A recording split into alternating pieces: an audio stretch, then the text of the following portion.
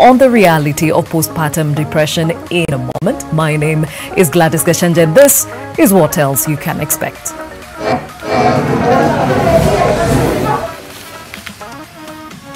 Tunisia pushes a vaccination drive to mitigate the spread of the pandemic.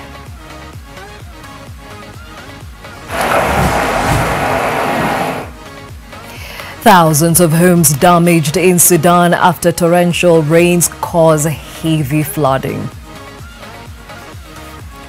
There's no that you will get depression and you won't. It's not written anywhere. As I mentioned, today we look at motherhood and the impact of postpartum depression. I have to mark the end of this most challenging Olympic journey. Well, Tokyo 2020 Games declared closed Sunday, ending the most challenging Olympic journey amidst a pandemic.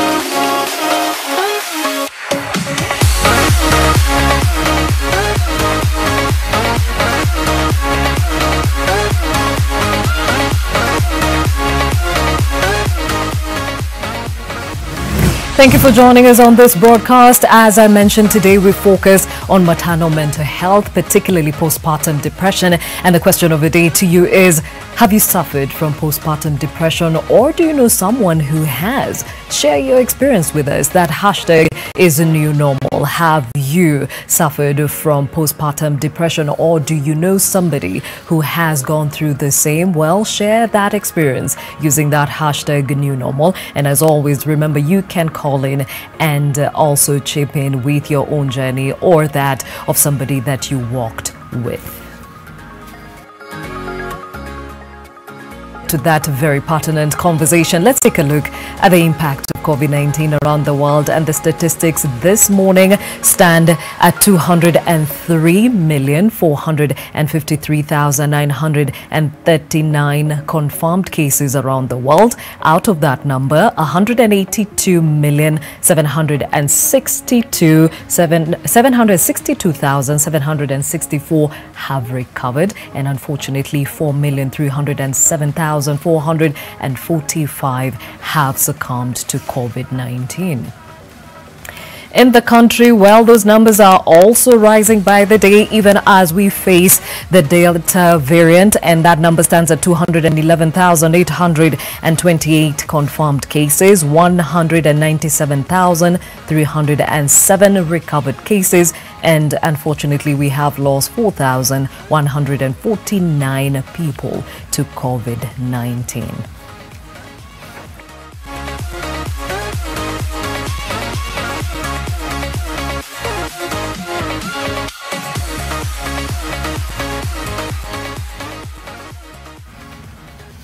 Now let's take a look at some of the stories making headlines this Monday morning. And at a walk-in vaccination center in Bardo, Tunisians queue up to get their COVID-19 vaccine as the country pushes a vaccination drive to mitigate the spread of the pandemic throughout its territory. Now this is the largest such operation since the launch of the national inoculation campaign in March of 2021. Now Amel Tabobi, a woman who received her COVID-19 vaccine, says, "I was one of the first people to sign up on the government site more than 3 or 4 months ago, or maybe even more. I'm afraid of getting sick with the coronavirus. I am short of breath, and I'm afraid of the situation in the country, in our hospitals, and the lack of oxygen. As far as I am concerned, I feel more secure with a vaccine."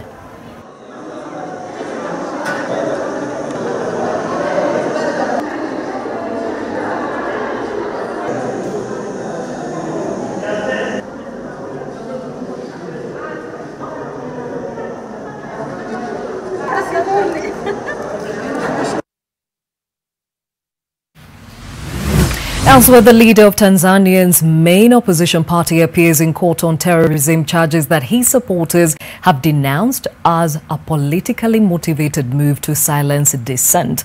It was the first time Freeman Mbowe was seen in public since his arrest along with other members of his Chadema party on July 21st, just hours before they were to hold a public forum on constitutional reform. Juma ijayo tarehe 13 mahakama imeelekeza kwamba wenzetu wajitahidi kadri inavyowezekana.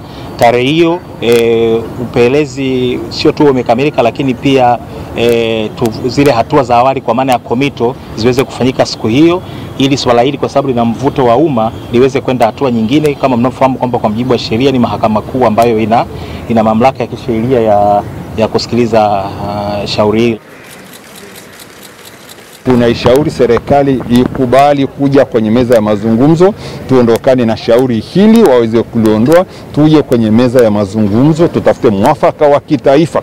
Kwa kuwa jambo hili lina suluhu zaidi ya kisiasa kuliko ya kisheria. Wanasema hakuna anayepata ushindi mahakamani. You better have a bad settlement outside the court rather than to have a good judgment in the court. Kwa sababu litazidi kujenga uhasama, litazidi kujenga chuki. Hebu tuwe na meza ya mazungumzo, tumalize jambo hili kwa maslahi mapana ya mama Tanzania.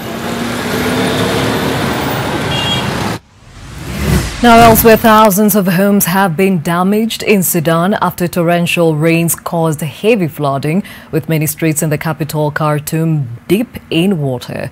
Now, heavy rains usually fall in Sudan from June to October, and the country faces severe flooding every year, wrecking property, infrastructure, and crops.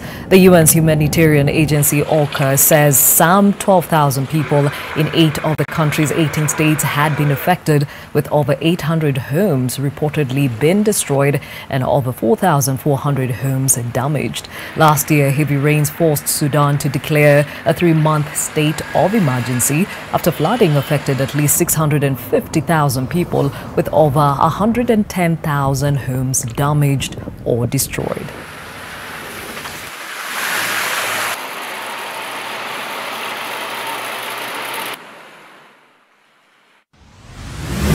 Now, once famed for its exceptional wildlife, Libya's Fawa Island risks becoming just another victim of lawlessness in the war-ravaged North African nation. Activists struggling to save it warn.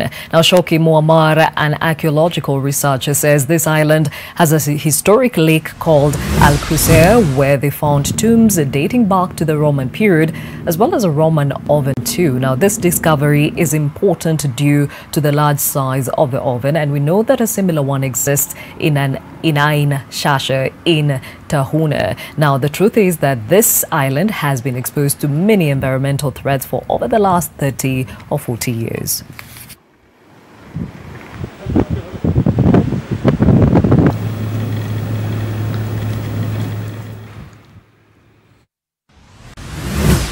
Now, one of the Nigerian school girls kidnapped by Boko Haram militants more than 7 years ago is free and reunited with her family. Now, nearly 300 school girls, most aged between 12 and 17, were abducted by Boko Haram in April of 2014 from Chibok in northeast Nigeria, sparking an international outcry and the hashtag Bring Back Our Girls campaign for their release.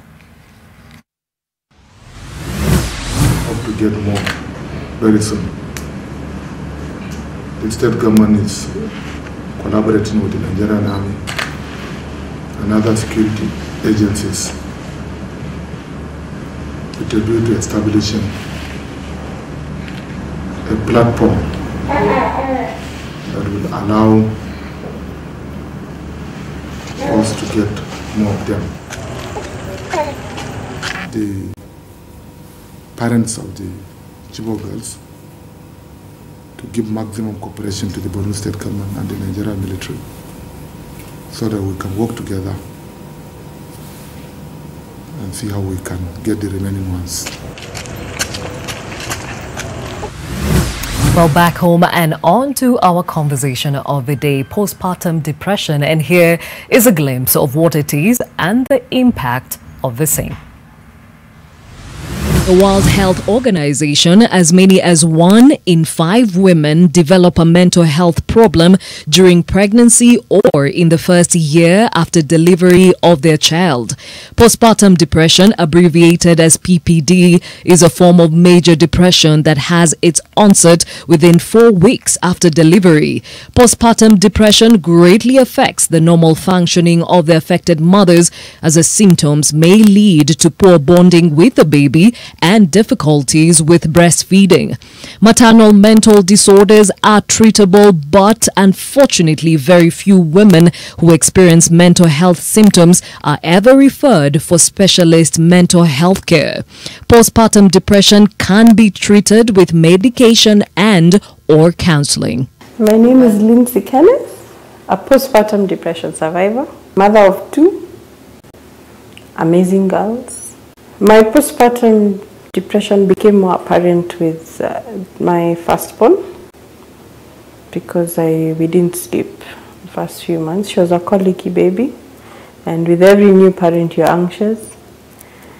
I waited for the spark that everybody speaks about when you get your baby. I didn't get that. Fortunately, I had the support of my husband, but he noticed there was something beyond baby blues. But the very first time something was off is when she fell. It was about 3 or 4 months. She fell from the seat. The way I reacted, my husband just knew I cried for 3 days straight. But because depression is not something that is spoken about, you don't want to you feel like a failure. Why should I accept? I went to my first doctor and he's like, you're fine. Of course, having a baby isolates you. People stop visiting, people are busy just asking you, hi, how are you? How is the baby? Nobody asks you, how are you? The second pregnancy was very hard. So that also added to the pressure.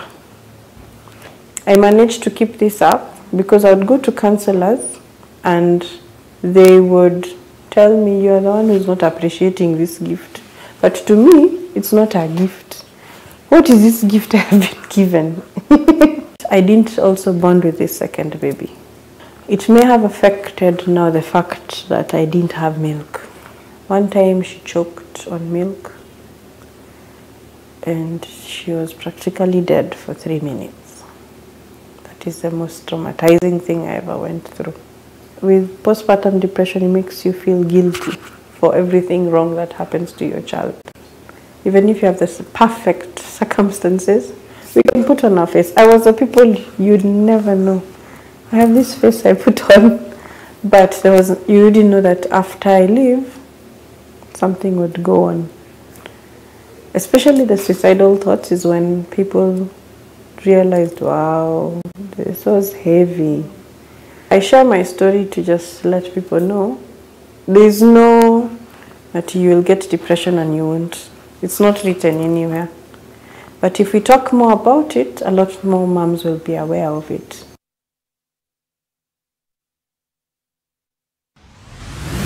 The reality of postpartum depression, aptly told by Lindsay Gachanja. And speaking of which, she is one of the panelists today. And today, she is joined by her husband, whom she speaks of having been such a great support system. And of course, she's doing way better today and is better for it. Well, as you can see them, Lindsay and Kenneth Gachanja, who have a lived experience with postpartum depression. We're also joined by Wango Wawero, who is a co-founder, Mom Nation, in the other studio. Also joined by Wangeshi Wandere Kihara, who is the founder, Mothership Village, and of course Diana Chepkosgei, who is actually a psychologist. Thank you all for being part of this important conversation. And Diana, just looking at the statistics we looked into, I mean, 1 in 5 women will develop a mental health problem after pregnancy.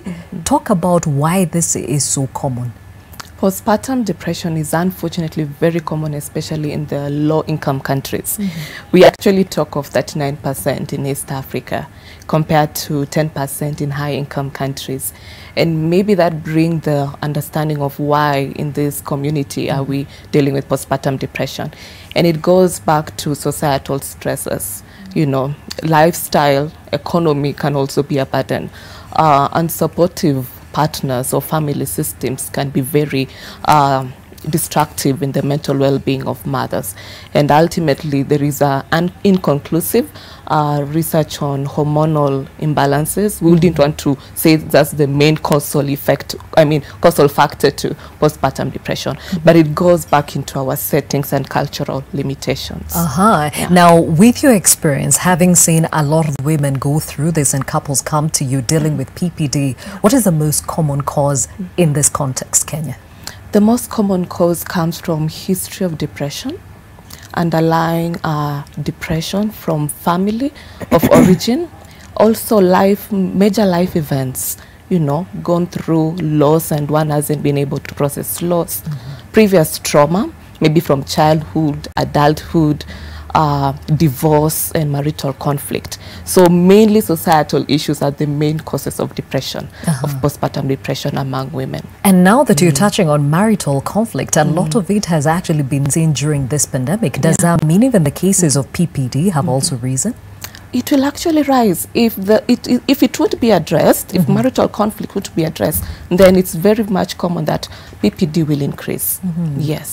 All right. Now let's delve further into this conversation in as far as the reality of PPD is concerned. And I think I'll start off with Lindsay and her husband now that she already gave us a little bit about her story and her journey. Lindsay, it is so great to see you next to your husband, Kenneth. And you said your circumstances, of course, unfolded when you had your firstborn. Take us through that feeling you were going through when your baby arrived. Thank you for having us, Gladys. With the first baby, I waited for that spark, that connection, that magical feeling after having the baby. That's when I'll say my first moment of feeling isolated, like I did not fit into that space of being a mother. Later, when she fell, that is when it now hit me hard. I felt like I was a failure to her, to being a mother, and things were starting to get worse. My emotions would be twice as much overwhelming. And later, I had to go through a reconstructive surgery, which also added to the trauma of being a new mother. So this spark was not there of what I was expecting. Okay, so Lindsay, when you say a spark, does it mean that even during the pregnancy, you did not feel that bond with your child? The pregnancy was fantastic. Very, very good pregnancy, but it's after the baby was born and things were not the same. Immediately after, I immediately felt isolated even from my husband because the attention turned on the baby. The birth was not also very, very easy. So that also contributed to me not feeling that attachment with my baby immediately after. But pregnancy was fantastic. Okay. With the first child. Interesting. Now, Kenneth, Lindsay says that when the baby fell from the seat and the way she reacted, you knew something was not right. What is this that you saw that alarmed you? Under normal circumstances, it's something that a person gets over with maybe in a few minutes, because it wasn't a major fall, it was just a minor one. And she just took long to get over it. The first day, the second day, she's just moody, she's crying, she's worried about so many things, and it just becomes a bit overwhelming. And that's the point at which now it felt like she was probably going through something. Okay, and she also says she did not feel the spark, the bond with the newborn. As she told you this, what did you think was going on with her? For new husbands, there's a lot that comes in that you probably didn't expect. And I felt like it's just the normal blues of going through childbirth, and that it's something that she could overcome quickly.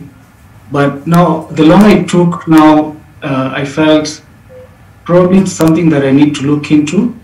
And it's at that point that I came across an article in one newspaper of a mother who had gone through postpartum depression. And when I read through the symptoms, they sort of aligned with what she was going through. And from that point onward, now we started looking for the kind of help that she needed. And would it be fair to say that the two of you heard of postpartum depression for the first time when you went through it? Yes. The husbands get affected, of course. When you run households with someone who is not very well, then a few things tend not to go as expected. Maybe the housework is not well taken care of, and so on. And so you as the husband have to step up, and you start getting a bit stretched. You come from work, and then you have to also work in the house. And you also get in that space of not being okay as a husband. All right. Interesting perspective that he takes actually at all on both parties. And Dan, I think that is so important because most often than not, when we talk about maternal mental health, people think it only has to do with the mother. But there is a major stakeholder who is the father. Talk about the same in men.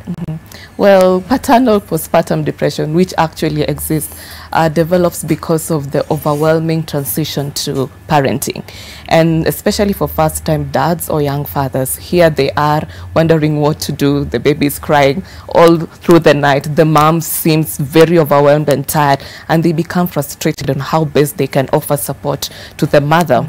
And even underlying issues of history of depression for the father can also contribute to paternal postpartum depression. Because of that transition, they feel very overwhelmed to manage the transition. And if you've developed depression previously, you'll be also vulnerable to another episode of depression.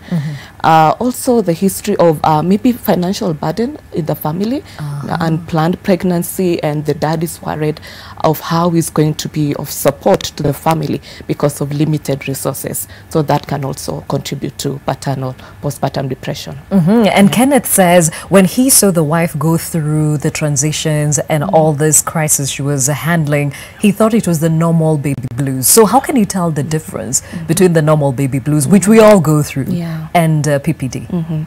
Normal baby blues is common through symptoms like crying spells, confusion, irritability, and sleepless nights, which is common within the first 2 weeks of post-birth. But then again, what makes postpartum depression different is because the baby blues do last longer than the 2 weeks. It can get to 3 months, it can get to 6 months. And during this period, the intensity of the symptoms do increase. You know, the mom becomes very irritable, very agitated, always on edge. You know, when the baby cries, they feel like they don't want to take up that responsibility. The baby is too much, and they struggle with their eating patterns, very low appetite, poor sleeping patterns as well, extremely sad, low mood, low energies, you know. So the intensity continue to build up, and that's when we can predict the possibility of postpartum depression developing. Okay. Now let's hear from the other ladies who join us on this conversation and perhaps also resonate with what we're talking about today. Wango, when you hear about the symptoms we talk of, have you dealt with any of them? Yes, I have. I have dealt with postpartum, I'd call it extended baby blues, with my second child. I think I thought I'm a mom, so it's obvious I know what to do. And it was I had a lot of support and love with my first child.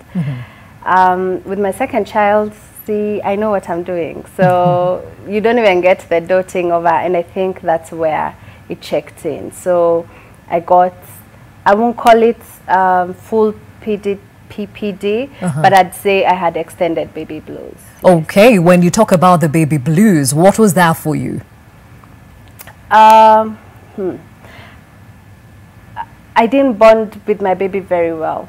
It started from birth. The birth was very difficult. It was a difficult birth.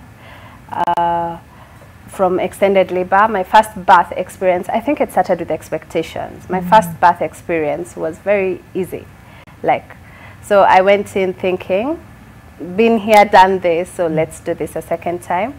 And then turned out every experience is different. And so the second birth being difficult gave me a difficult onset to that journey as a second-time mom. I still had a first baby to attend to. She was only 3, and now I have 2. And then I felt it was really a very alone time.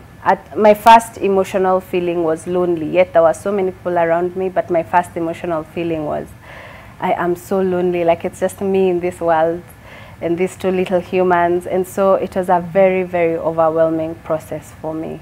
Oh, wow. Okay. Now, let me hear from the other mother we have in studio, Wangeshi Wandere. Good to see you. Wangeshi, tell me, does what Wango say resonate with you? Yes, it does. In fact, what the First Lady said really resonates with me, the whole thing of not having a spark with your baby. Although I experienced that with my first child, and I didn't have postpartum depression. So with my first child, what happened was, I gave birth and everybody keeps saying how you'll have an overwhelming feeling of love for your baby, but I really didn't have that. But the good thing is that my mind knew that I loved the baby and I had a lot of warmth for the baby, but I didn't have the overwhelming feeling of love, but that grew over time. I had baby blues with my first baby, but with my second baby during my pregnancy was very hard on me. Physically, emotionally, I was going through a lot in my life, and I actually had antenatal depression. Earlier in the year, I gave birth in April. My doctor told me it looks like you might be slipping into depression, so you need to do something about it. I kept regretting the pregnancy. I kept feeling like if I hadn't been pregnant, I would have been able to make different decisions for my life at that time. Now, when the baby came, it was a whole different ballgame. I had really, really bad thoughts. And those would really make me feel guilty, but I would keep brushing them away because they were like they just come into my mind for a second and go away, into my mind for a second and go away. And my son was a very, very calm baby. So I wouldn't have been able to say, oh, my child cries all the time, that's why I'm feeling the way I'm feeling. So nobody really could have understood me at that time. I knew I was in trouble one evening when, so already I knew I was in trouble, but the day I decided to get help, I was holding my babies after I had bathed them, and I had a very bad thought.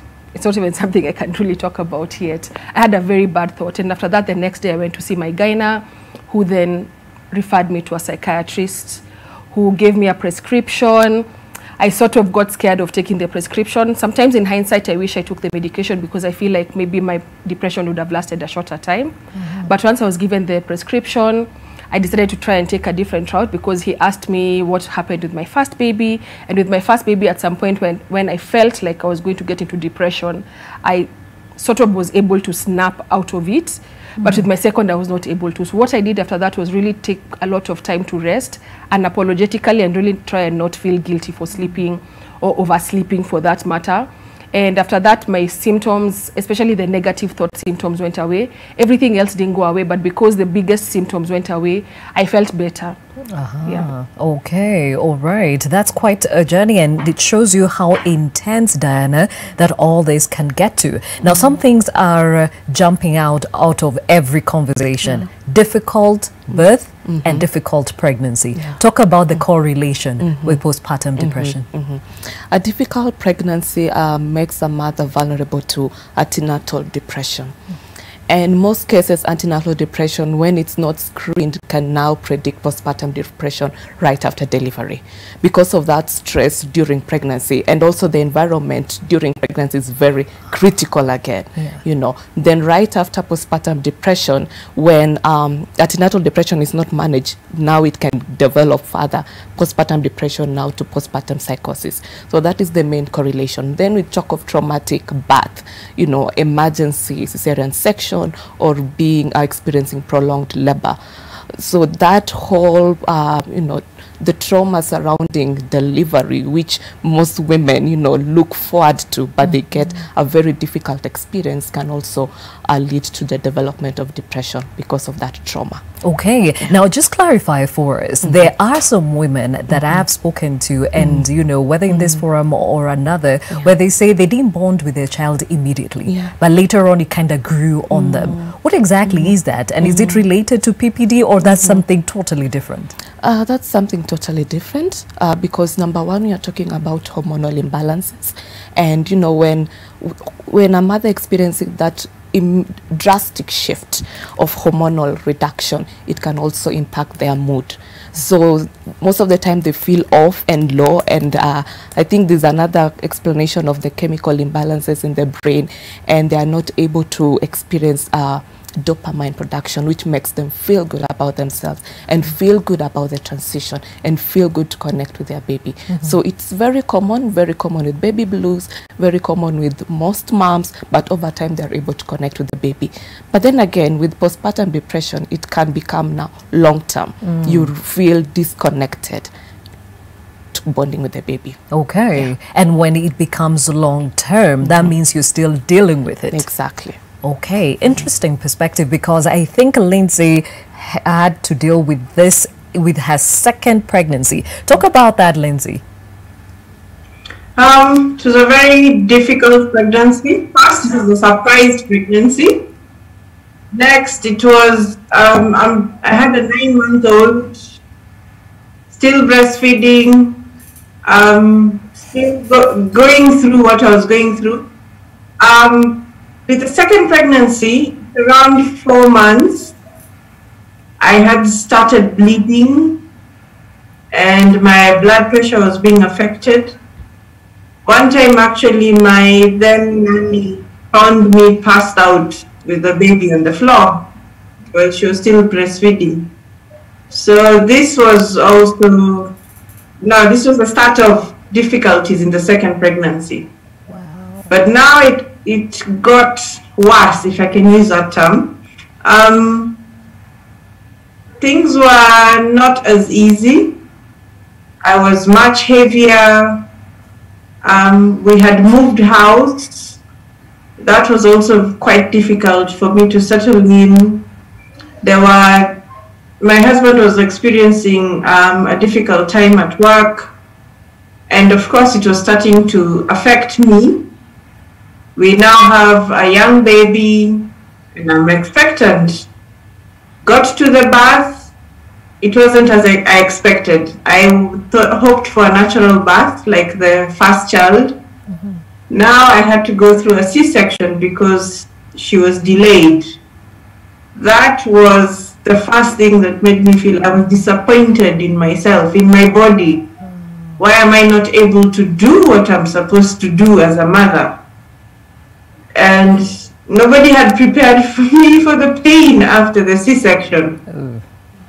Then right after with the C-section, things were okay, but again, I didn't bond with the second child. And unfortunately, I lost all my milk and now started dealing with issues with lactation.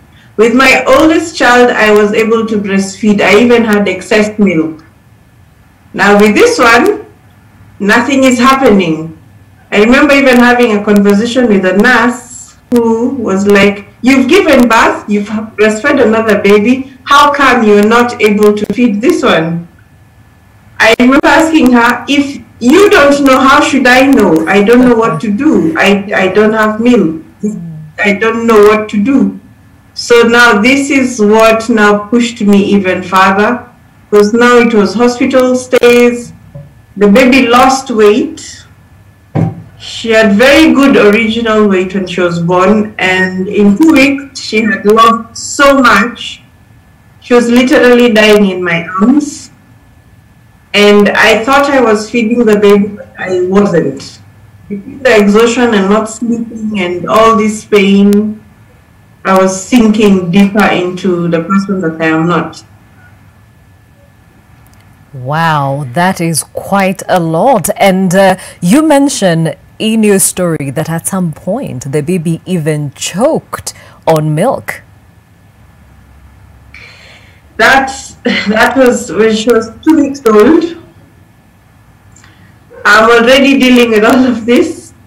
The little that I could give her, I put her down to sleep and woke up to the baby choking. It's still difficult to talk about it because that was the most traumatic thing I've ever had to go through. I had to hold her for a few minutes. My husband drove to the hospital, I think in less than 5 minutes, with the other child, and we were just trying to figure out because she had now become lifeless for a few minutes. It was just impossible.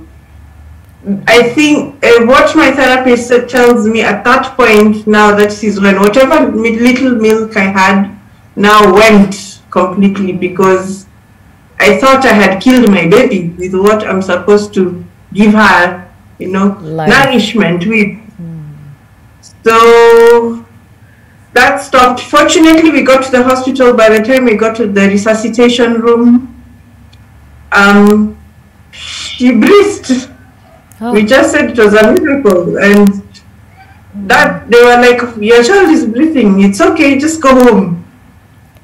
And that's fine, you're happy, it's a good thing, but wait, I almost killed my child. That's what it felt to me. Like I was supposed to be nourishing her, I'm supposed to protect her, but too bad, she choked on milk. Now I've put my family in this situation, and it's, from that moment on, my life sort of stopped. My mind went away.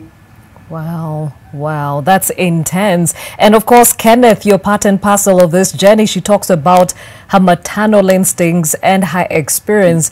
How are you experiencing this whole episode as a father? I can say it's a bit overwhelming because you have to give attention to the job. It takes a lot of energy to do that. And also when you come home, it's also another whole thing that you have to really step up to, more than usual. Like you would come in and then the house is not very well kept. Of course, because she's dealing with something. And at that point, we also didn't have a live-in help. She would come and work and then go. So in the evening, things would be all over the place. And then I am tired, but I have to clean up. I have to do a bit of cooking here and there. So it was a bit exhausting. Of course, it also affects your performance at work.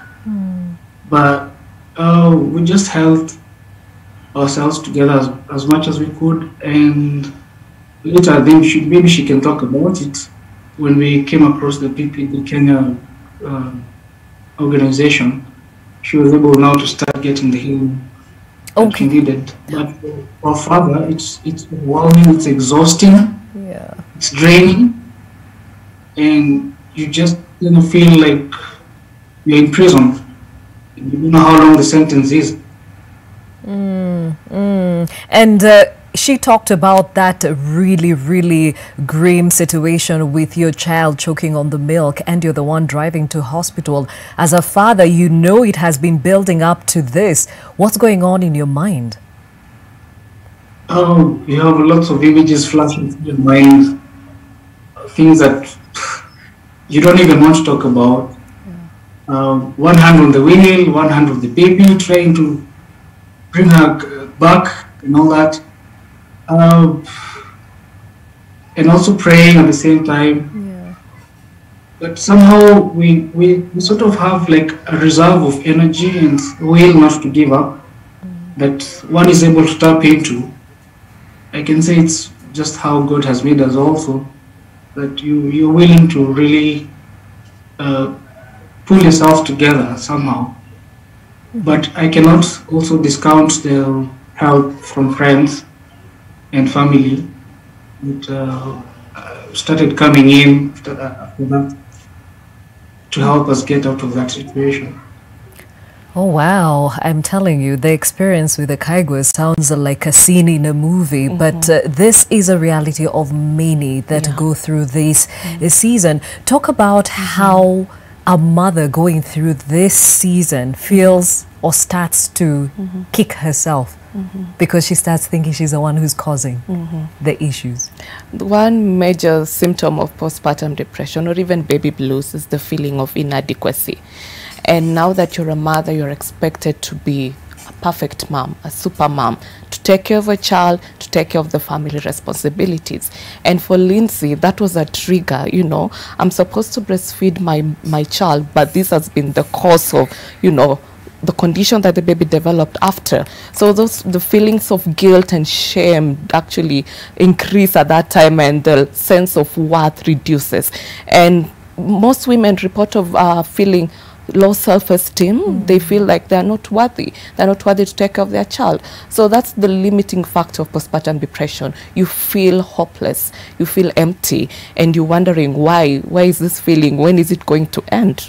Yeah. Okay. And remember, our question of the day to you is, have you ever experienced postpartum depression? Do you know somebody who has? Share that experience using that hashtag new normal. And I think we can take some of your feedback at this point. Masi Mugwanja says, for those not familiar with the term, postpartum depression is a type of depression that occurs in mothers who have recently given birth. It could last anywhere from weeks to even a few years in extreme cases. Yes, Masi, this is so true. Let's have another here. Samuel Walioli, who says, any mom should never go through this. We wish those going through a speedy recovery. Oh yes, Samuel, it is not easy. Jacinta says postpartum means the time after childbirth. Now, most women get the baby blues or feel sad or empty within a few days of giving birth. For many women, the baby blues go away within 3 to 5 days. If your baby blues don't go away, or you feel sad, hopeless or empty for longer than 2 weeks, you may be having postpartum depression. Jacinta, it is true, and it looks different for different people. Our last one here for now, Sarah says, I suffered from day one and have been fighting it to date. Wow, Sarah, tell us more. How long has it been and how have you coped with that situation? Remember, hashtag new normal even as you share your experiences, and you can also reach us using the numbers at the bottom of your screen. And ladies, I mean, when you listen to what Lindsay has to say and of course our feedback, I'm wondering, one go, that feeling of inadequacy, does it sound familiar? A bit too much. Like it's I think that's a problem. When she was speaking, I was like, yeah, that's it. It's an expectation that I am your mother, I'm supposed to know what I'm doing. And then the reality is maybe I don't, and maybe I'm not actually enjoying being your mother, or maybe I know I love you, but I don't know what to do, you know. So it's really feeling like I'm inadequate. It's a really bad feeling. It's a really bad, I don't know, it's a really helpless feeling. Yes, and especially because everyone is also, especially because first there's this little child who is looking at you like you're supposed to know what you're doing with them. And to be fair, you don't know. And then there's, for me, my experience was being a second-time mom, there's a personal expectation that I know what I'm doing, and then there's a society, there's a people around me who believe I know what I'm doing, or I know what I should be doing. Yeah. So it's a very familiar feeling. Okay. So, yeah. Wangeshi, you said with your first baby you did not connect. At this point, did you kick yourself? You know, how can I not be connecting with my child and everybody expects me to? Actually, I did, because I had a cousin who had given birth just a few weeks earlier than me. And she told me when she gave birth that she didn't feel love. And then after a few days, she told me, oh, I kind of like her. And after a few days, she kept saying, oh, it's getting better and better. So in as much as the whole world kept saying, oh, you need to feel overwhelming love, at least I knew that there was a possibility that I would not feel the love. But I kept reassuring myself that as long as my mind knows that I love her, you know, there's a difference between mind and heart. So as long as my mind felt that I loved her, then it was okay. And with time, now my heart felt it. And I think what I keep encouraging women is, in as much as we are mom, this baby is still a stranger. The day, their birthday is the day that you meet them. So sometimes it's a bit of an unfair expectation that we all fall in love. It's never always love at first sight. As long as your mind knows that there is love, then I feel like it's okay. Your heart will catch up. All right, Wangeshi, let's go to the part where you're holding your two babies after bathing them at the end of the day and you're having these negative thoughts. When you come back to yourself, what do you go through? Shame, guilt. It was really, really overwhelming, and I didn't feel like I could really share with anyone. I don't even know how long I took to share that with my husband. I likely went to hospital first before I shared it with him. Because, you know, the thing that you always hear from people who have postpartum depression is that the baby has colic, the baby is not sleeping, the baby is crying, and that was not my situation. My baby was such a calm and happy baby. He still is. But that feeling, like, it was so shameful. I felt so, I think I would say, inadequate. And I felt, and especially because of the work I do supporting women, I kept asking God, like, why me? Like, how am I telling other women you're doing great, yet I'm not doing great? How am I reassuring them that it is okay, yet I'm not feeling like it's okay? So I felt really inadequate as a mom and also as a supporter for other women. And at what point did you tell your hubby? I think when I went to my doctor, my gynecologist, and he referred me to the psychiatrist. I think that's the time I told him. Before that, I'd mentioned it, but I think I didn't tell him the gravity of the situation because I'd just tell him, oh, I'm having thoughts that are not very nice, but I never told him that I'd be bathing my baby one time and maybe I feel like it wouldn't be so bad if I drowned him. Or I'd wake up in the middle of the night and feel like I just want to throw him. And it was really shameful. I've never actually said this on any camera. It was really, really, really shameful. So I didn't even feel like I could talk to him and he would understand, because actually nobody really can understand. It's such a deep darkness, such a deep feeling of I'm worthless. Like, I'm a mother, I'm supposed to be protecting my child. And even if these feelings are just coming for a second and going away, that it's still not what you're supposed to be doing as a mom. And in turn now, actually what happened with me was I obsessed over my baby. Like, I loved him too much. I don't know if there's anything like that, but it's actually a prayer I used to have, that God make me love my baby in a normal way. Like, I'd feel like as he grew older, it would not be a healthy kind of love for him, because I really used to love him so much to convince my mind not to do what my mind was telling me to do. So I kept telling myself, I love you, I love you, I won't hurt you. I love you, I love you, I won't hurt you.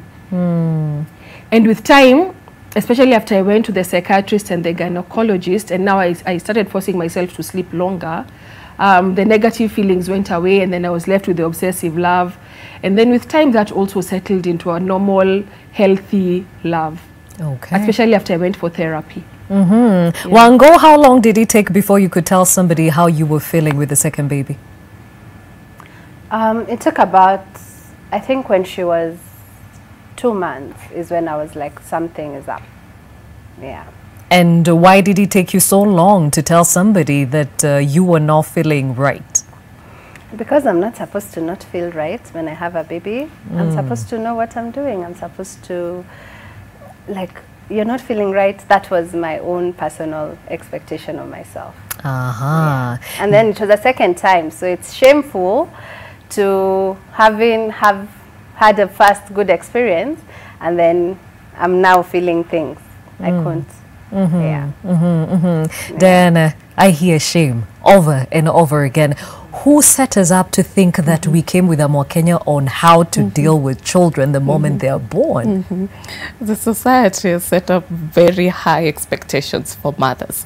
They need to figure it out right after. You know, our mothers did their part, they did their best. Our grandmothers did their best. So we are expected to do the same.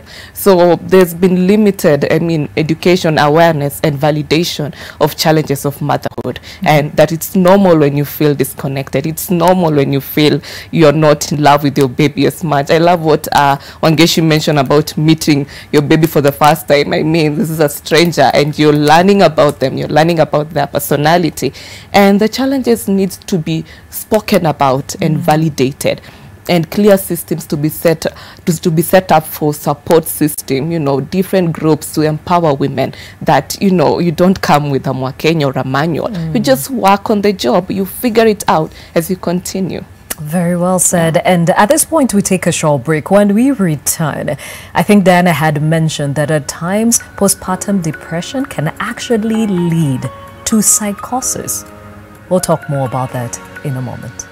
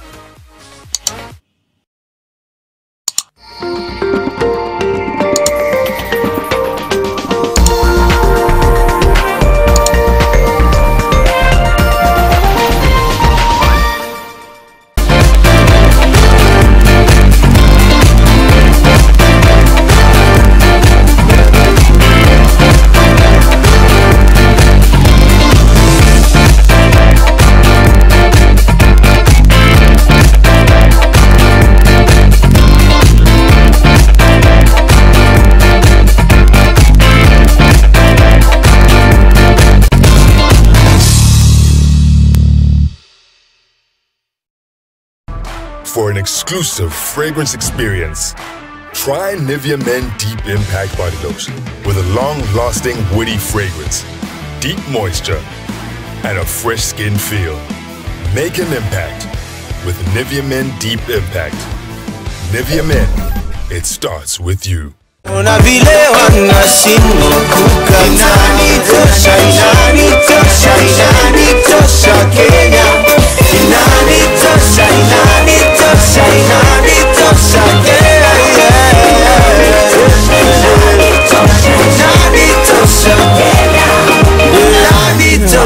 Did you know at Ruiru Mabati Factory, you can open an account and lipa pole pole at your convenience? Did you know at Ruiru Mabati Factory, you can get customized sizes according to your roof plan to avoid wastage? Did you know Ruiru Mabati Factory offers free delivery countrywide within 72 hours? Call us now on 0111 050 700. Ruiru Mabati Factory, mali safi kwa bei poa.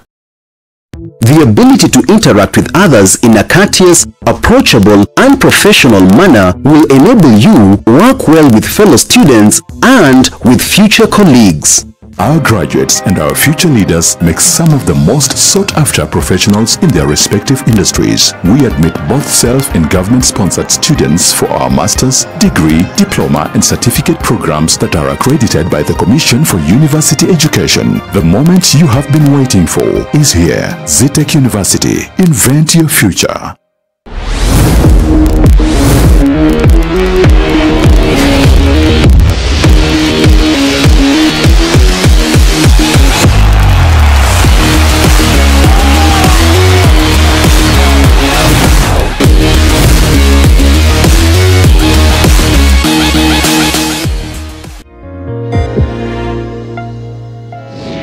It is one of Africa's fastest growing economies, but at the same time challenged by debt and widespread conflict. I am in Addis Ababa to make sense of Ethiopia's economy. In 2006, I decided to come to Spain with the objective of going to the fields to work. The Top Manta brand makes it easy to pass messages so that Spaniards understand that we're not here to compete with people but here to support. We want to be part of the development of this country. Why are Africans taking large sums of money and investing in countries overseas? Are there certain perks these investments provide the African investors?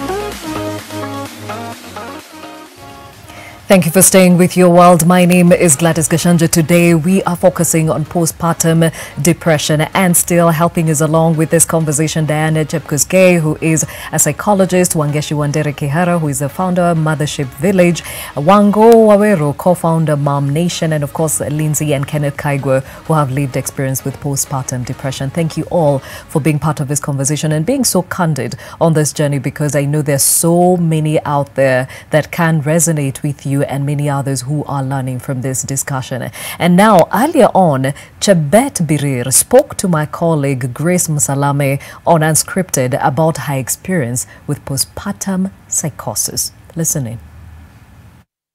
I've been affected with postpartum psychosis, where I could see things and hear things and actually imagine things that didn't exist. Really? Yes. Like what? What do you mean by see things and hear things? Seeing things like, I remember one time when I was in hospital, I would see an obituary on a wall, but it wasn't an obituary. I later came to learn that it was actually, you know, those images where that pretty woman says it's the doctor is in or out. It was actually a face of a woman. I was in the hospital, yeah? So I saw someone who was dead, but it wasn't. Did you know this person? No, it was just a face with some inscriptions there, died, born and died. You know how an obituary looks like? It actually looked like. And it seemed very real to you in that It was so real then, and coming to learn that it wasn't real, I was like, wow, I was actually seeing things that didn't exist. Courtesy of Unscripted, the reality of postpartum psychosis. Diana, would you say that this is perhaps a complication of postpartum depression? It's a severe mood disorder complicating now from postpartum depression. If postpartum depression is left unmanaged, it can develop to postpartum psychosis. And now it comes with its severe symptoms like suicide, infanticide, you know, where the mom now is extremely disconnected to the child to the point of killing the baby. And even what you've heard Chebet talking about, hallucination, false senses, where you see things that are not real, you hear things or smell things that do not actually exist. And also delusions, you hold false sense of belief. You feel like maybe someone is spying on you, someone is following you, someone wants to hurt your baby, someone wants to take away your baby. So very irrational way of thinking, because the mother's lost touch with reality. So that's the extreme state of postpartum depression. Oh, wow. Yeah. Okay. And speaking about thoughts of suicide, Lindsay, this is something that you actually struggled with, right? It was, for a long time I didn't even speak about it. Mine was more hurting myself. I felt like I did not belong in my family. They could do better without me. They could do better without this failure. So I would plan out scenarios that could be either painless or immediate. I would sleep waking up, I would hope to not wake up. I would say, like even when visitors would come, even when family would come, I'd go like, they look happy without me. So I'm the problem here. I need to take myself out. You know, when you want to solve a problem, this is a solution. So I planned out many scenarios. I would, sometimes my husband would not even know what is going on, because I would feel like, okay, I'm the one causing the trouble and the overwhelming feelings he's feeling. So if I take myself out of this equation, then it will be a lot easier. You know, because postpartum is never really talked about. Yeah. I remember sometimes I would mention to a few friends and there's this look of shock, like, what's wrong with you? You know, you should be grateful. You have a supportive husband. You have a beautiful baby. that feeling of shame and guilt, and then there's something wrong with me, I don't know what, and I'm the problem here. So to make it easier for everybody else, so let me take myself out of this situation. My child will be better off without me. My child, I'm the one causing, especially when I experienced not being able to breastfeed my baby. I'm the cause of this. I should be able to give this child this nurturing liquid, but I cannot. So I have failed my child. They seem like he bonded better with our second born, and that hurt because I'm the mother. I should be able to do what I'm supposed to do. So feeding time, for some reason, I would hold her and she would cry. She would refuse to sleep. So I'm the problem. So let me get out of this. So those scenarios were created. I got to the point in therapy, I learned I would think about it. Then I would think of a plan. I would write letters, I would write notes. And the hardest part was now when I got to the point I could feel I could execute the plan.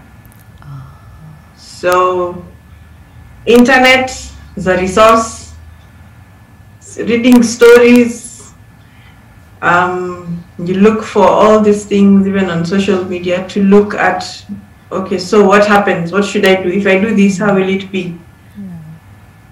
And that is when now he was amazing in terms of he would physically drive me to my therapy sessions. Like, you go, it's your time, just go, tell the therapist. I don't know what's going on, but I can only help by taking care of the babies. He would make sure sometimes even take the children away so that I can get my time with the therapist. Okay. And this is the space I got where I got to share with fellow moms going through and that was the best feeling of sharing with a support group. We had a support group where I was not the only one. There are other moms who can talk about what they're feeling, and the shame, the guilt, the wanting to not be there, this open space of no judgment. Yeah. He provided it.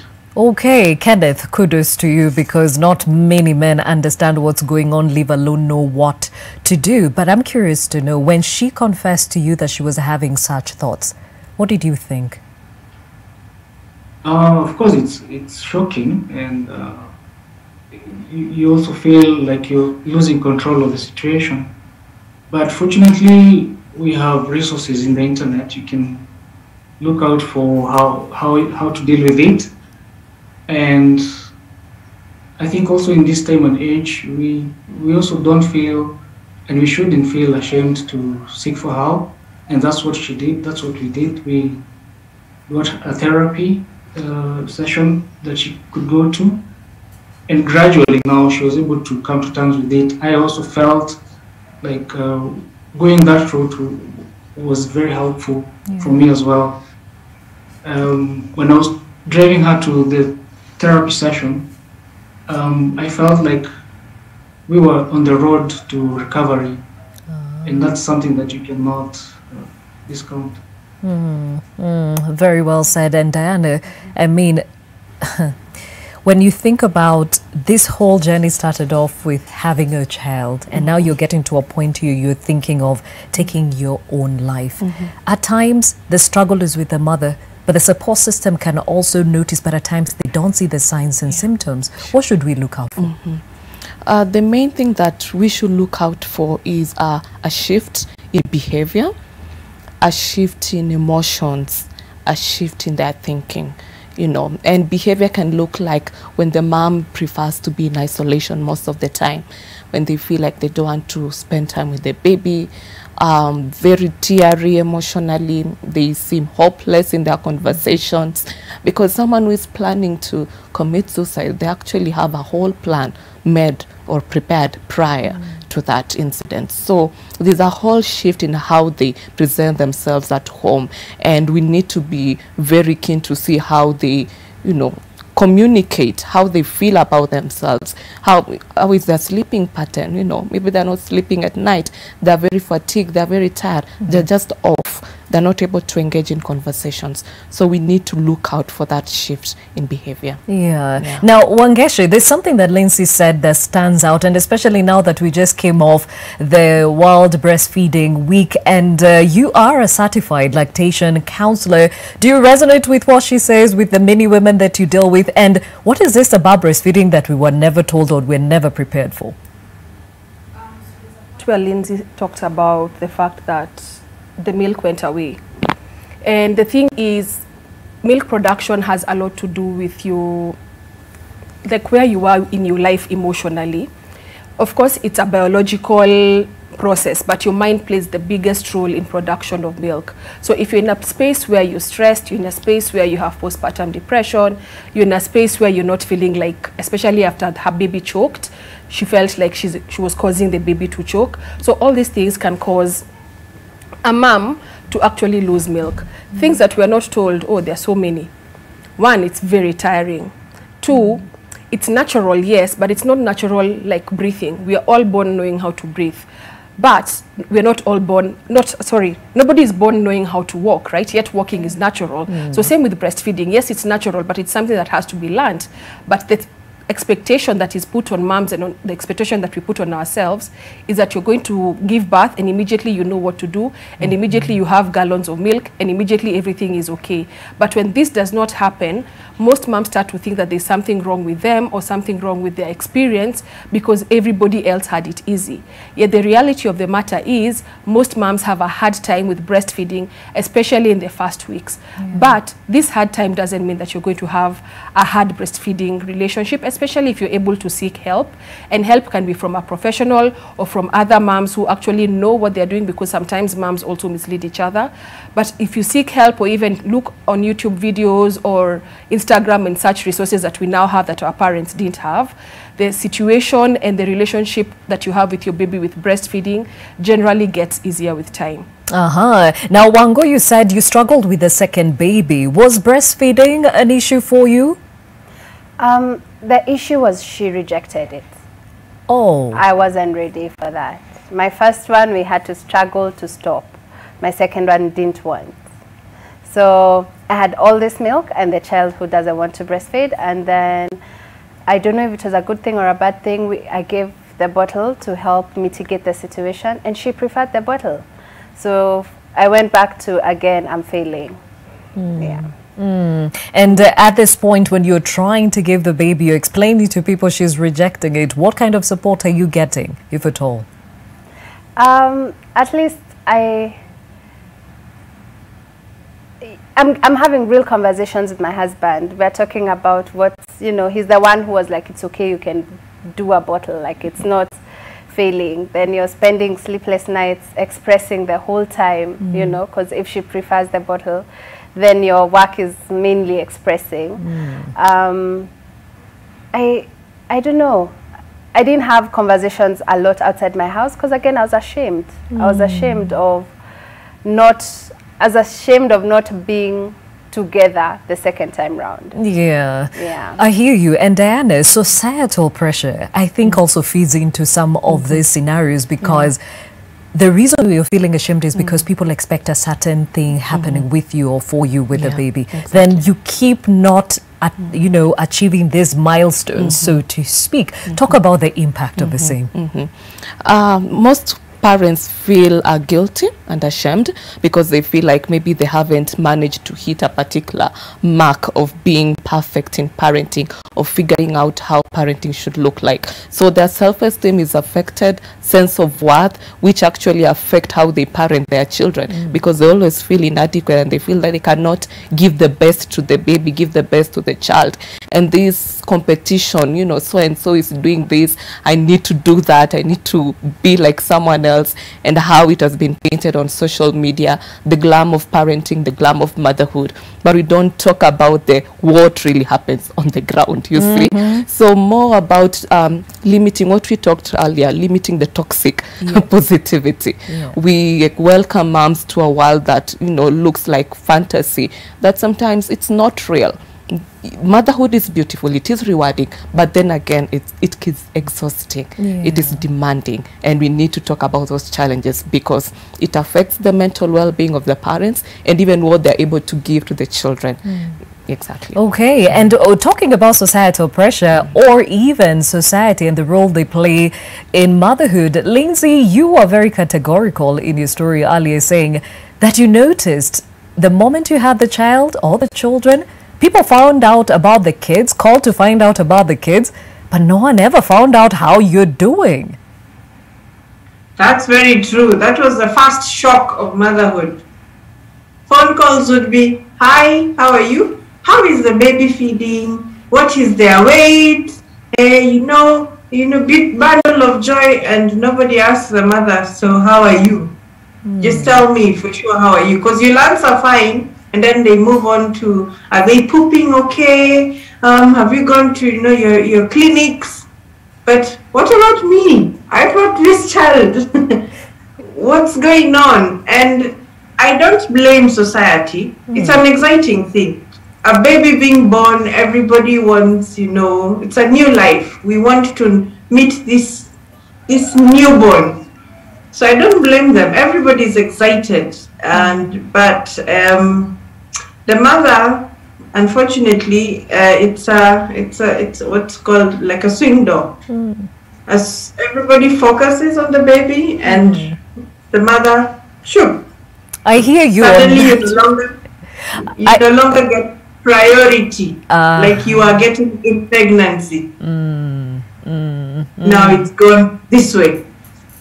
Okay, and from your experience, what difference would it have made if somebody just took the time to understand what you were going through? It would have made a world of a difference. Probably I wouldn't have gone deeper into what I was going through. My mind took over.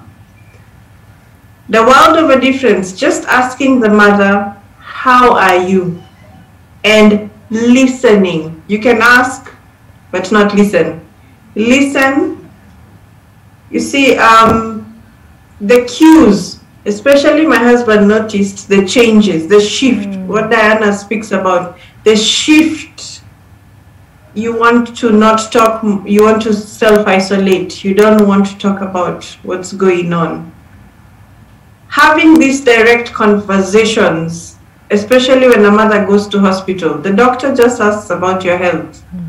I'm glad that we have doctors that will go beyond, oh, how is motherhood doing for you? Is there something you need support with? I'm glad we have people like Wangeshi helping with lactation now. The hardest part for me is I got to hospital and all I had was a nurse prodding on my breast. This is what you should do, you know, just feed the baby. If I had somebody who would sit and explain, okay, yes, your baby choked, but this is not what was responsible for your baby being in that situation. Now you have to work on your mind to be able to realize the connection from my mind to breastfeeding. That would have made a world of difference. For sure, information is power. And for you, Kenneth, you just had your baby, first baby, second baby. You know what's happening behind closed doors. As you share with your friends, are they asking you how you're doing or just patting you on the back for being the ndume you are? For us gentlemen, it's a lot different. We normally don't go beyond the greetings and just saying they're okay, they're doing well. You sort of try and process it alone, and I think that should change. When someone is going through a hard time, I think it's not shameful to have a few friends you can confide in and really open your heart and tell them exactly what's going on. But I can say I have a few friends that I would open up to, and they helped process that time. Okay, Wangeshi, I'm curious to know, you're having a baby and society, at least in the African setup, they are always excited to come and visit, see the newborn. How was that experience for you, considering all that you were handling? Well, fortunately or unfortunately, I have a rule that I do not take visitors, and I speak about this a lot in my Instagram. New moms don't need visitors, they need supporters. So if you're not a supporter in my life, then you really do not have any business coming to see me when my baby is young. And by a supporter, I always say that if you cannot go to a mom's house, find that she's soiled her seat or her bed in blood, take whatever she has soiled and wash it yourself, then you have no business going, especially in the early weeks. You can go after 3 months. Well, after 3 months, I did get visitors, but not as much as with my first baby. I think there's a thing, she mentioned it, you know.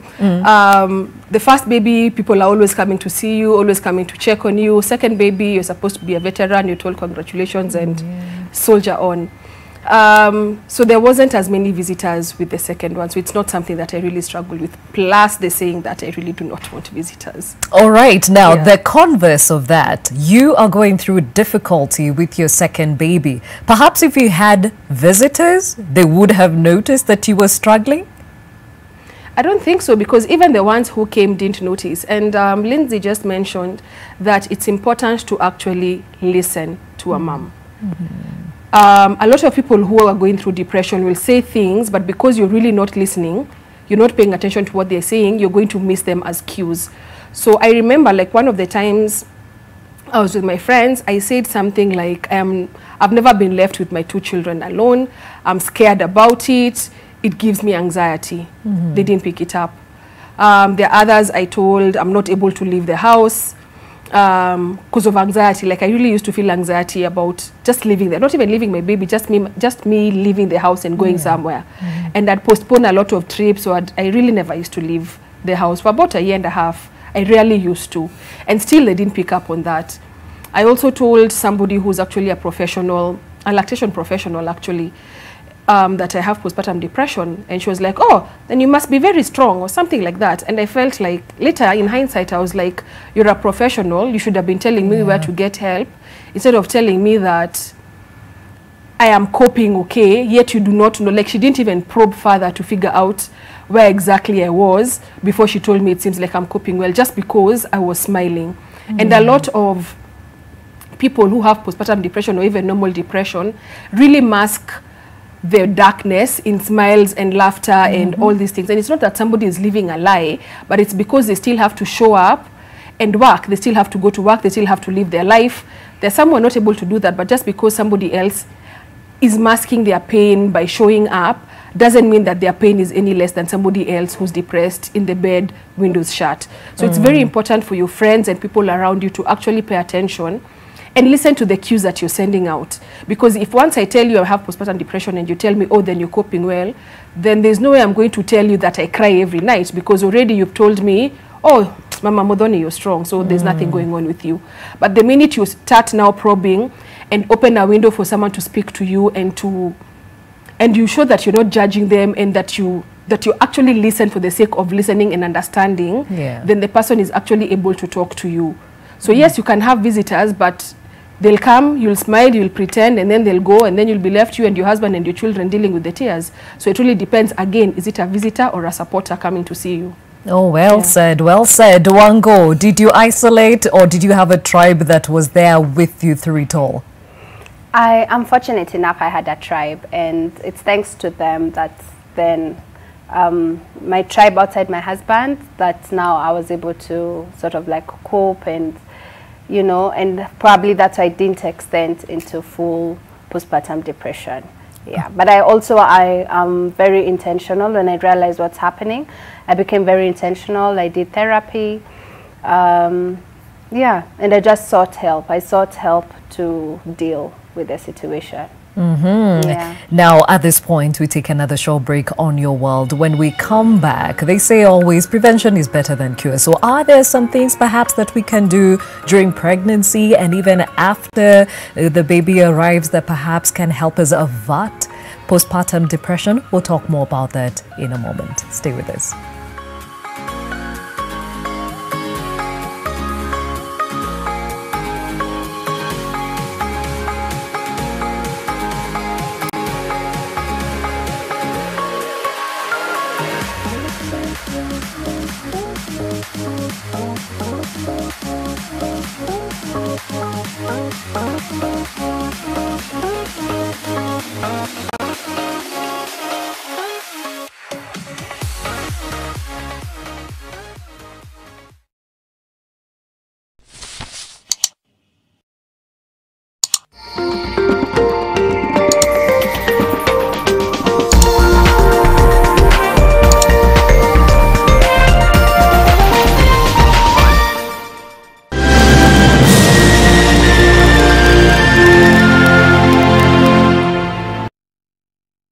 Enjoy the best family entertainment on StarTimes Classic or Smart Bouquet. Oh yes! Subscribe to Classic Bouquet for only $899 for 30 days or Smart Bouquet for only $999 for 30 days. Come on eBay. Ni StarTimes.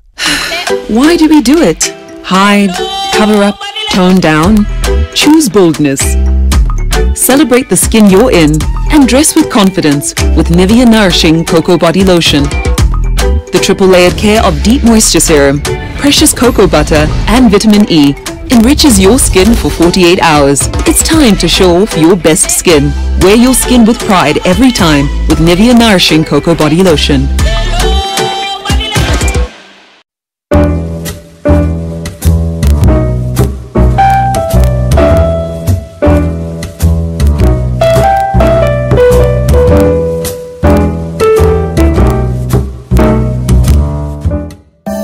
Your baby's quite active. After I discovered Molfix, I rediscovered my baby. She's jumping and running around. Well, we call that the Molfix Comfort.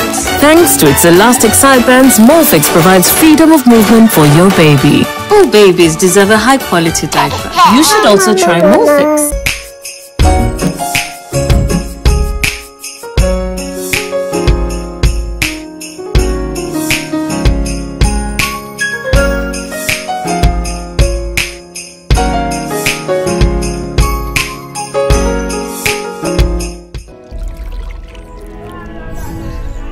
Just one capful of Dettol is enough to disinfect surfaces and protect your family and your home. Dettol, tested effective against COVID-19. As a Muslim female, there is a lot of stereotypes around the world, especially in a traditional society like Mombasa. People are used to men doing all this field work.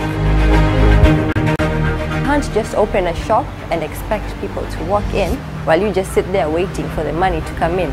No, you have to go out there.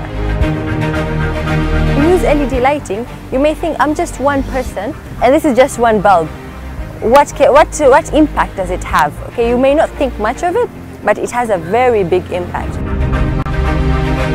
We have a variety of products, so the walk-ins that we get, huyu ataka hii anapewa, huyu anataka hii kitu nyingine anapata. You know, it's not like anakuja and he only finds one thing. That's what used to happen a few years ago in Mombasa.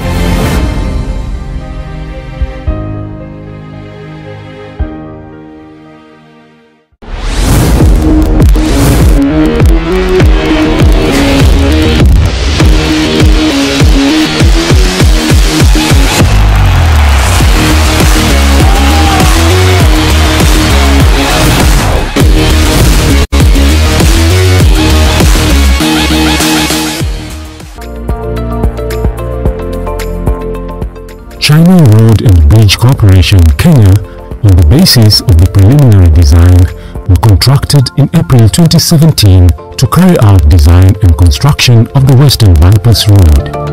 The completion of work is estimated at 63%.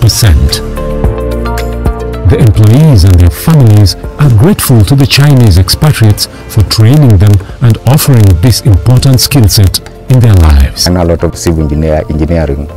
This be because of working hand in hand with Chinese. Kampuni yoyote kinichukua, niko na experience ya kutosha. It is not knowledge alone. It is also about communicating with people.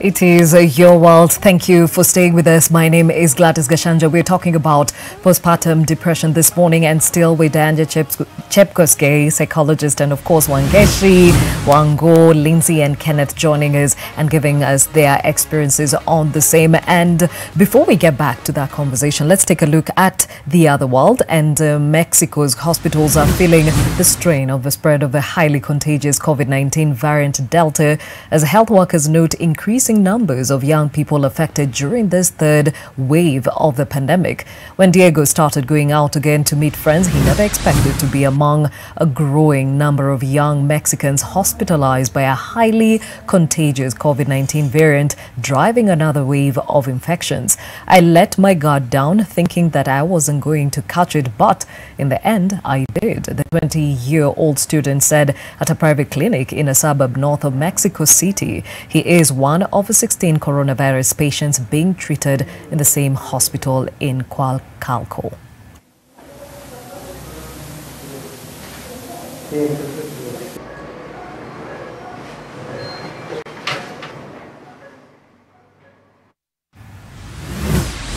Now, close contact indoor activities have been a casualty, of the coronavirus pandemic, and among the last in the UK to see restrictions lifted. Now, one of them, salsa dancing, is now permitted again, prompting enthusiasts to waste no time in getting back on the dance floor.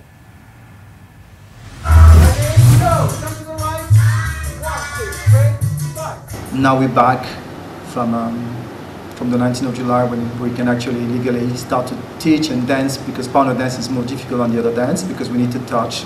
So until it's legal, we can't do it anything. So now we can actually start, but things are starting quite slowly, not a bit faster. But it was difficult because I could feel the frustration of the student who want to dance in partner work, but obviously we're not allowed to do it, so we're not going to do it. And the difficulty to change the whole class, because we are partner dance class. So all the dance, I'm just saying, hip hop, contemporary, ballet, that's very fine. I think they're quite successful because you don't need to touch anyone to dance. But when it comes to the salsa, tango, ballroom, swing, you need to touch a partner. I come with apprehension. I have been very fearful. That's just my personality type. I'm on the anxious kind of spectrum. So I come with apprehension, but at the same time, very quickly, I get that love of what I do. I get that passion for what I do to come back. The joy and just the energy of people being back in that space. It's like it didn't go, and it's really, really, really, really nice. Crossbody again. 1, 2. Now, the Tokyo 2020 Games were declared closed by International Olympic Committee Chief Thomas Bach on Sunday, ending the most challenging Olympic journey after a year's pandemic delay and threats of cancellation. Now, the closing ceremony was held in a nearly empty Olympic stadium at the end of a 16-day event held under strict anti-coronavirus conditions. You, the best athletes of the world, could only make your Olympic dream come true because Japan prepared the stage for you to shine. We did it like athletes and for the athletes. We did it together. And now I have to mark the end of this most challenging Olympic journey. I declare the Games of the 32nd Olympiad closed.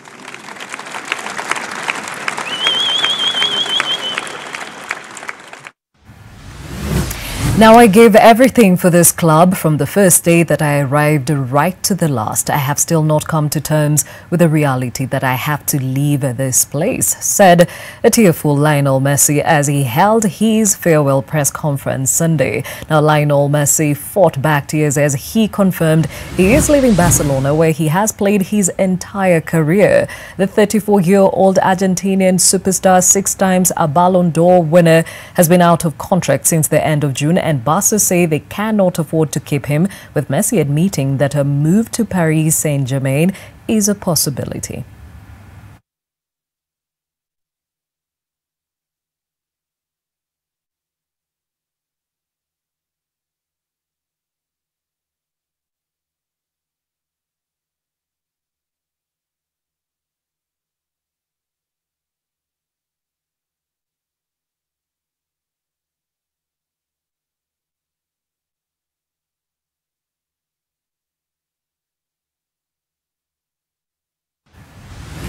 Now, still on the sporting scene, but taking us back to the conversation of the day, postpartum depression and some of those stress factors that bring it around.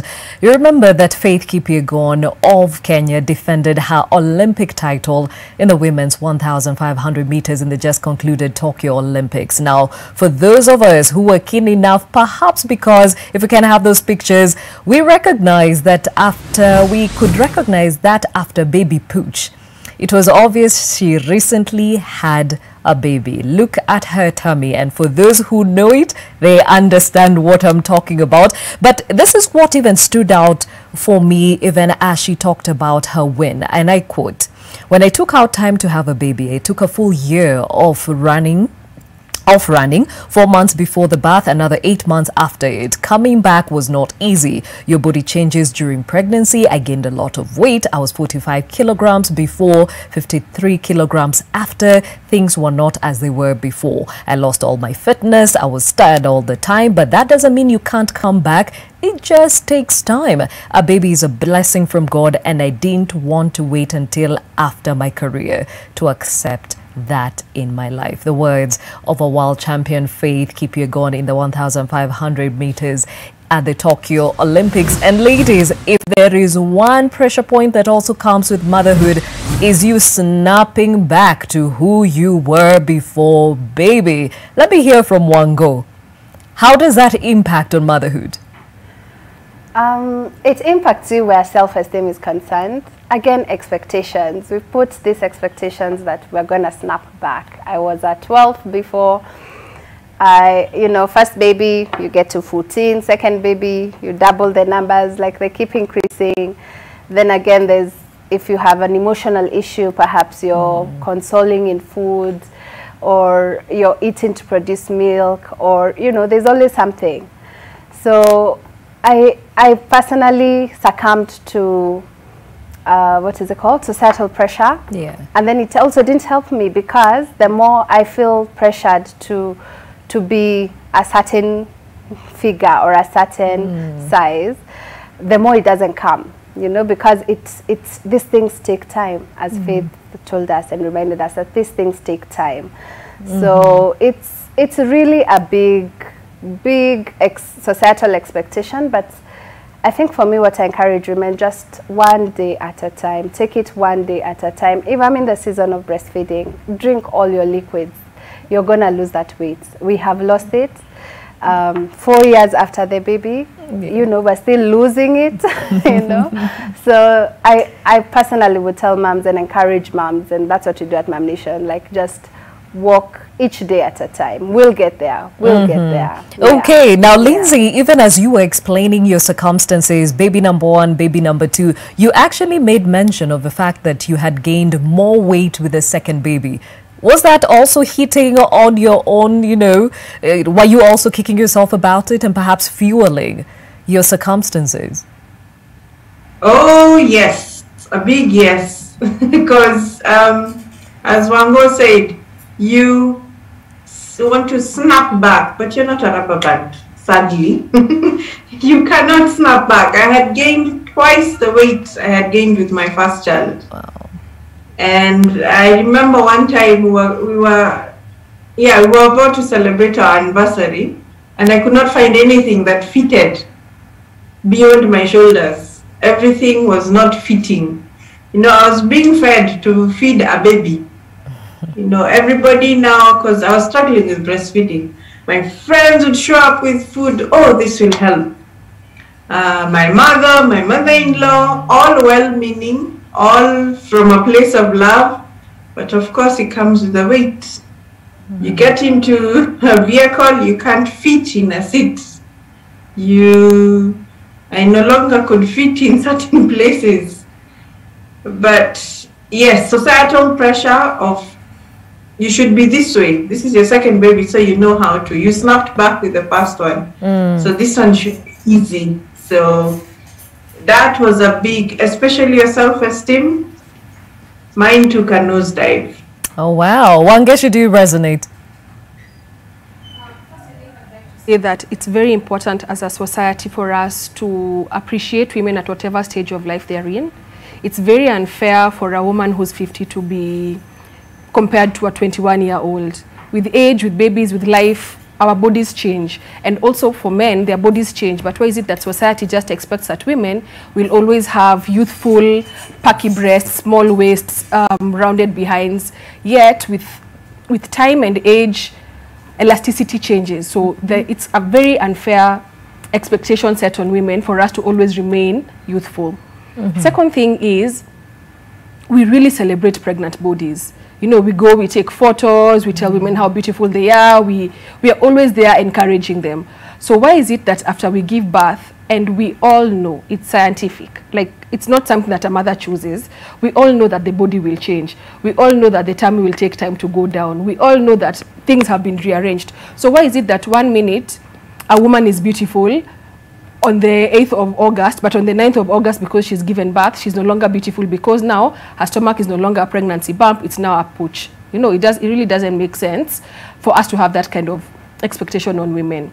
For me, I think because I really don't add weight during my pregnancy and after, I really have not had a lot of issues with snapping back. The biggest issue I had actually was my muscle weight turning into fat. So the way my body is changed over time. So I've struggled a bit with that, and I'm currently trying to lose the weight. But I feel because I've generally been the same weight, I've not felt a lot of societal pressure, and it's also something that I just don't allow. I don't allow society to dictate to me what I should look like, what I should feel like, how I should feel about the size of my stomach. Nobody is helping me to carry it. I'm the one who's carrying it by myself. Therefore, your opinion really should not matter. But that said, I've had people who are very close to me compare me with celebrities abroad. So like a friend would come and show me a photo of Kevin Hart's wife who gave birth around the same time with me. Yet you don't even know what she's been doing. You don't know what she's been going through. As in, you have no idea what the journey of her life is and what the journey of my life is. Therefore, the comparison is completely unfair. So I really encourage people to stop pressuring moms. If a mom is okay with where she is, let her be. Like Wango said, there are different seasons in life, and a mom should be allowed to enjoy every season in her life without the society telling her that she has added weight. She knows she has a mirror, she has clothes that are no longer fitting. Therefore, just let her be. When she's good and ready, if she wants to, she will lose the weight. If she's okay with the weight that she's added, she will keep it. She does not need you to remind her. Very well said. And it's interesting because, I mean, we're talking about postpartum depression and some of the things that can fuel, we've heard from the, you know, difficult pregnancy, difficult birth. You're trying to adjust to a newborn and then expectations from society. And then there is the stigma of how you look after the baby. I mean, how much can one person take? Talk about how stigma fuels PPD. Stigma fuels PPD in the sense that we will go back to shame. You know, parents feel shameful, they won't talk about it, and the moment they talk about it, they're made fun of. You know, like how can you feel disconnected? How can you feel low? You've just given birth, you're expected to be happy. So because of the way society, they do not have adequate information about postpartum depression, it's so easy for them to stigmatize people who are dealing with PPD. So there is the need to educate and to normalize and to have this conversation even in the community level, to tell them postpartum depression exists, and these are the ways that we need to support them, or we need to watch out for us to manage postpartum depression earlier. So it's a matter of having systems in place, even in mental health, including training of obstetricians, midwives on the basics on what to look out for during antenatal visits and even after postpartum during the checkup that you go for. And actually even some of the things to say or not to say, because these nurses at times, oh my word, the things they tell us. For sure. Okay. Now, even as we bring this conversation to a close, I'd like to hear from all of us in terms of prevention, because we said there are things that instigated from pregnancy, after birth, and even some of the stuff that is said around you or what you experience during this nursing period. And I'll start off with you, Lindsay. What would you have done differently if you had the information that you have today? Educate myself more. There are resources on breastfeeding, resources on what to do with your body after. People like Diana, they are there. I wish somebody had taught me about therapy way before. There is pre-pregnancy therapy, there is during pregnancy, there is after. Therapy is should be made a part of life. That can help prevent or preempt some of the things we go through. Education on breastfeeding and lactation. I think there should be a little more, when you go for the antenatal clinics, it would be good to have this lactation classes. It's something that you need to learn. It doesn't come naturally. We need to be able to also have lessons for our partners, to be able to be aware that this can happen to the mother. Please be aware. We are not trying to scare you, but please be aware this can happen. Postpartum psychosis, anxiety, postpartum depression. If it could be part of the prenatal period where moms are taught that it can happen with the first, second, fifth, seventh child, ninth child, it is a possibility. These are the things that could help prevent moms from getting to that point.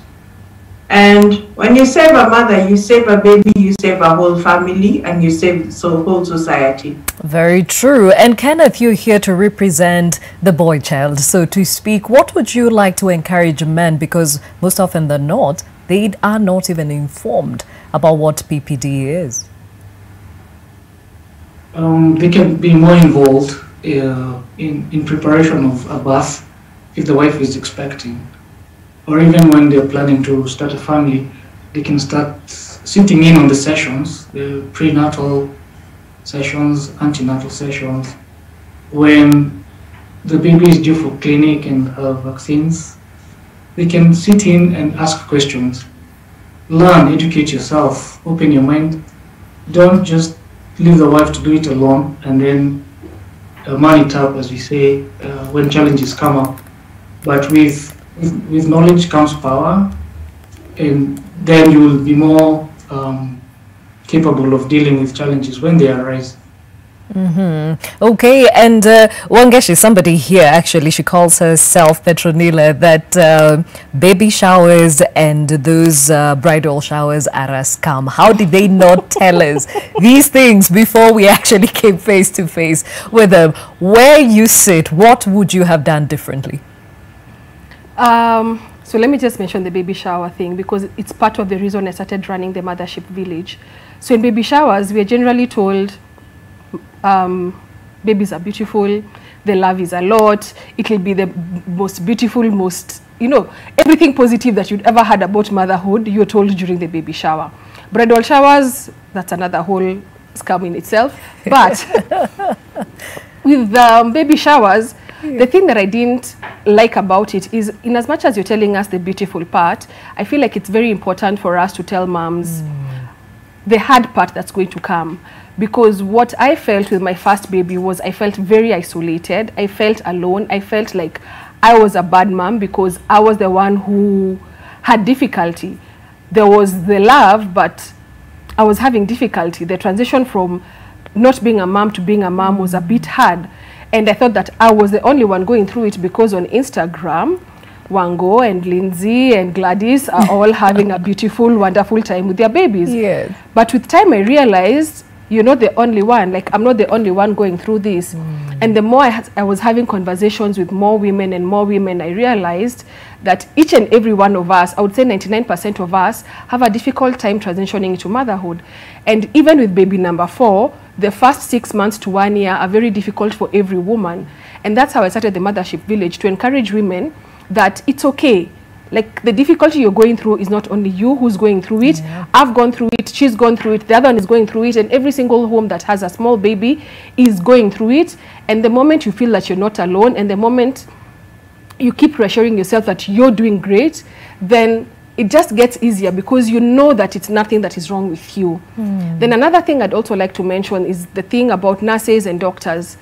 In the first year of life, a baby sees a doctor about 6 to 10 times depending on the hospital that you're visiting.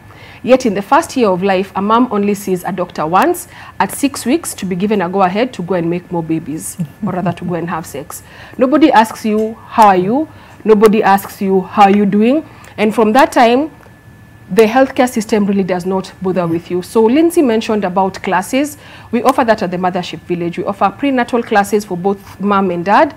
And then in the after you give birth, we also offer support to mom and baby, whereby we visit you and we talk to you throughout the first year just to make sure that you're okay. Your heart is okay, your mind is okay, your pelvic floor is okay. That's another sector that we are really not given support as women after we give birth.